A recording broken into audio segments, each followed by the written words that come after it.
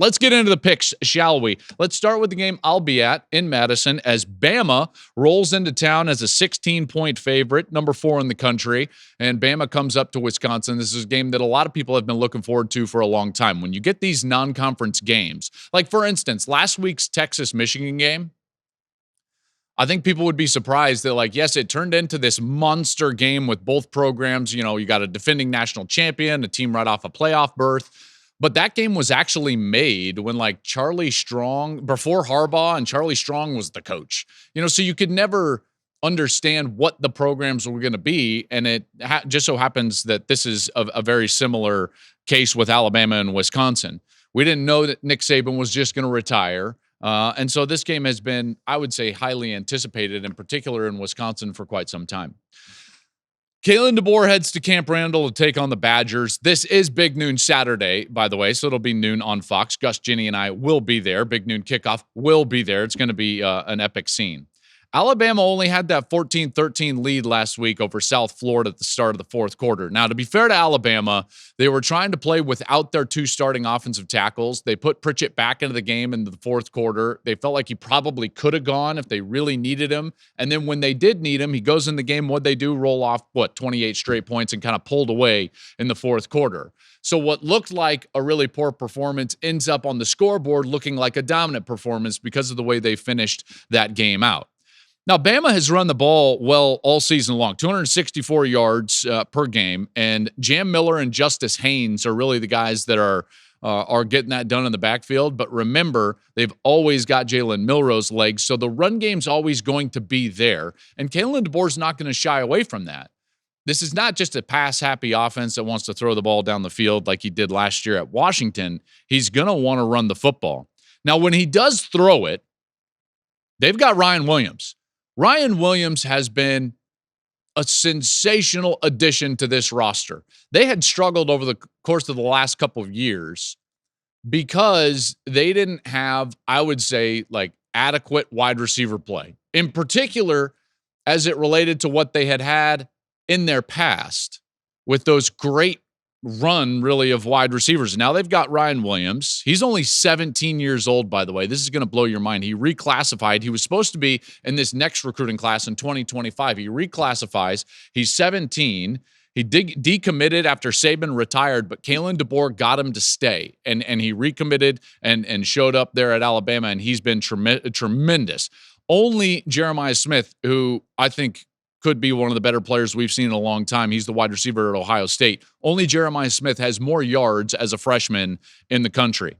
This offensive line I just touched on, Proctor, who transferred to Iowa and then came back to Alabama. They got Pritchett at right tackle.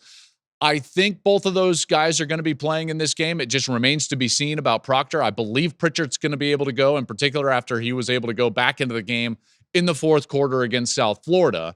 If they're both in the game, then the offensive line becomes one of the better offensive lines in the country. Okay. Now, if they're not in the game, then it wasn't great last week. And the penalties showed up. They had some holding calls and they were stagnant for much of the day offensively. On the other side, Wisconsin's going to go with Tyler Van Dyke, and he's continuing to try to recreate this magic that he had found early in his career at Miami. I don't know if that's going to show up or not. I do think that Wisconsin is a better running team than they were a year ago. So maybe they don't have to be as pass happy as they were last year. Remember, Phil Longo, he's their offensive coordinator. He came from North Carolina. He's got that air raid background. So last year when they threw the ball over 50% of the time, it wasn't a surprise. It was just a major change. They hadn't thrown the ball over 50% of the time for a whole season since the 40s. At Wisconsin. So it was a big shift. Now, they've gone back to running the ball effectively and for the majority of the time in their 2 opening games this year.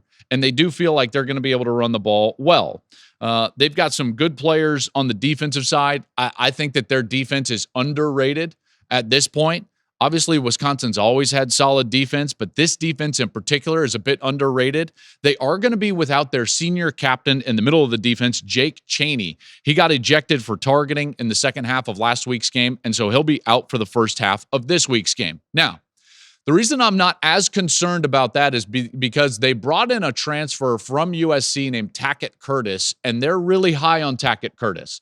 I understand that USC defensively was not great last year, but Tackett Curtis is a really good player. He's a talented player. And when he came into the game last week after Chaney was ejected, they felt like he played really well, and they don't feel like this is going to be something that's going to impact them. Actually, they just feel like it's going to give them a boost because of the depth and freshness that Chaney will enter the game with in the third quarter. That'll be a big boost for them. Tackett was second on the team, or excuse me, Jake Chaney was second on the team in tackles last year. They've got some good players in the secondary. Ricardo Hallman, he was an All-American last year. He had 7 picks.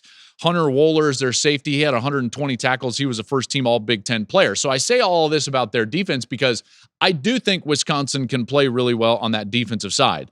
The biggest question for me is that Wisconsin's going to have to control the line of scrimmage because they can't just allow that defense to be on the field against Ryan Williams and Jalen Milroe and company for the entirety of the game. They've got to win the time of possession. So it becomes an offensive line battle for Wisconsin. Can they hold up against that defense? I don't know. We'll see. I thought Alabama's defense was okay against South Florida. I didn't feel like they were great. And we'll see how they play on Saturday. Again, that's a 16-point spread. Won't make a pick in that one, but that's a little bit of a breakdown for our big noon Saturday matchup in Madison. Thank you for watching the Joel Klatt Show YouTube channel. And if you liked this clip, make sure to like it and subscribe to the channel, and you can stay up to date on all of my college football coverage.